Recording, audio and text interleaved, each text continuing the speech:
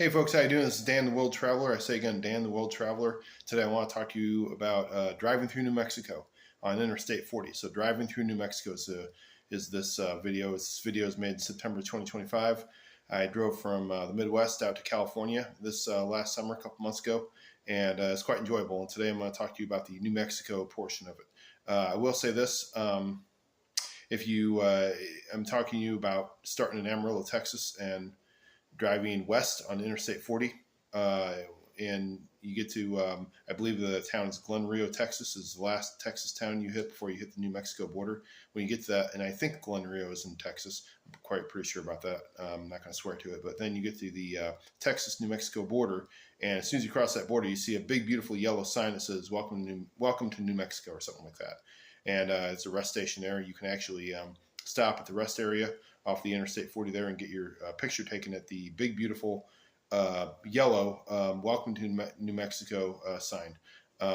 It may say "Land of Enchantment." I'm not going to swear as to what it says on that sign, but it's basically the message is welcome. The general message is welcome to New Mexico, New Mexico, and it's quite. I mean, New Mexico is not.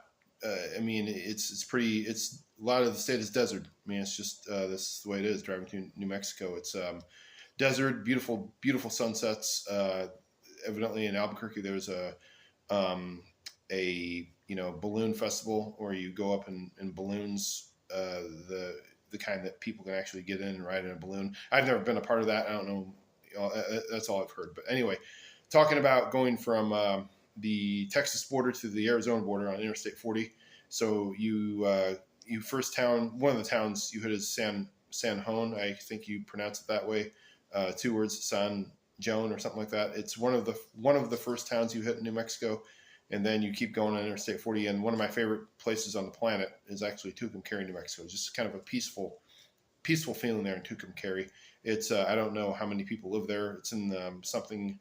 It's not very many people who live there. Maybe it's in the, I don't know exactly. Definitely less than 50,000.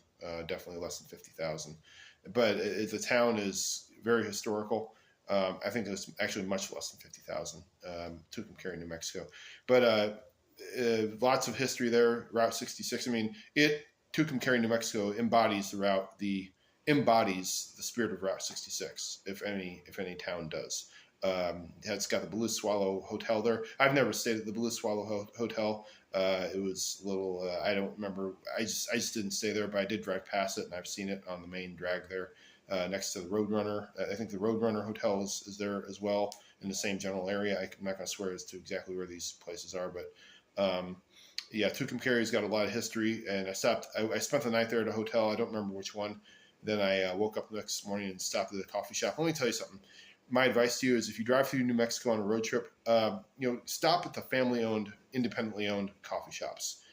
You can oftentimes sit down and have a conversation with somebody, and they'll tell you all about, they'll be happy to talk to you about their town, about Route 66 or whatever. That was definitely the case with me. So after Tucumcari, moving on to Santa Rosa.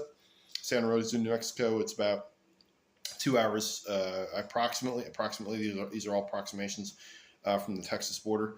And there was a Route 66 auto museum there. Walked in there. It had to pay a few dollars. I don't remember exactly how much, but the auto museum in Santa Rosa, Route 66 auto museum in Santa Rosa. Walk in there. They're playing some 50s music, and it's real 50s, kind of a Americana vibe there. And hung out there for a little bit. Saw some old cars. They got but anyways, a nice, a very authentic trip, authentic experience. So I kept on going to Albuquerque. I believe as you get close to Albuquerque, there's a sign that says Albuquerque next 17 exits or something like that. Some ridiculous number of exits for Albuquerque, New Mexico. 17. I could be wrong about that number, but it's definitely a very spread out city. Definitely, not like New York City where it's all people living on top of each other. That's definitely not Albuquerque. It's quite spread out. So you take 40 past. I think I stopped and got a cup of coffee in Albuquerque and just kept on moving. I didn't spend a lot of time there.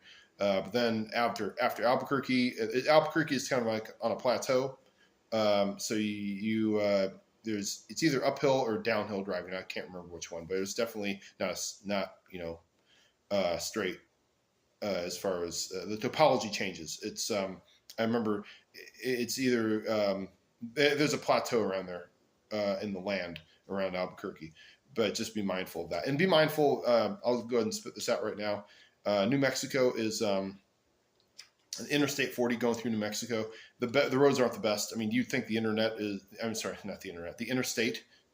You'd think the interstate is up to snuff and absolutely no potholes anywhere. It's the interstate. It's not. It's the interstate. That's my experience. Not the case. You definitely want to try to have a quality vehicle that has good suspension on it driving through interstate. Driving on Interstate 40 from the Texas border to the Arizona border in New Mexico. So after Albuquerque was Grants, New Mexico, about an hour down the road is Grants, New Mexico. I think I stopped there for some gas. Not a very big place. Then after Grants, New Mexico, about an hour later is a town almost at the Arizona border called Gallup, New Mexico. Gallup is a very big Native American population. I actually know a little bit about Gallup because I used to be a teacher on the Navajo Indian Reservation, Navajo Native American Reservation back in my earlier years, and I used to go there. I used to go to Gallup for I think there's a Walmart there. I used to go get supplies, go there for some other reasons, but there's the Navajo Reservation has various towns that are located near it: Flagstaff, Arizona; Gallup, New Mexico; Durango, Colorado. But one of the ones I used to go to a lot was Gallup, New Mexico, where if you needed some supplies or something, that's where you go. Because that's where a lot of you find Navajos there, Zunis and Hopis. Those are I could be wrong about that. Don't quote me, but those are the three general Native American groups you'll find in Gallup, New Mexico, and I'm sure there's others. And don't quote me; I could be 100% wrong about those, about that.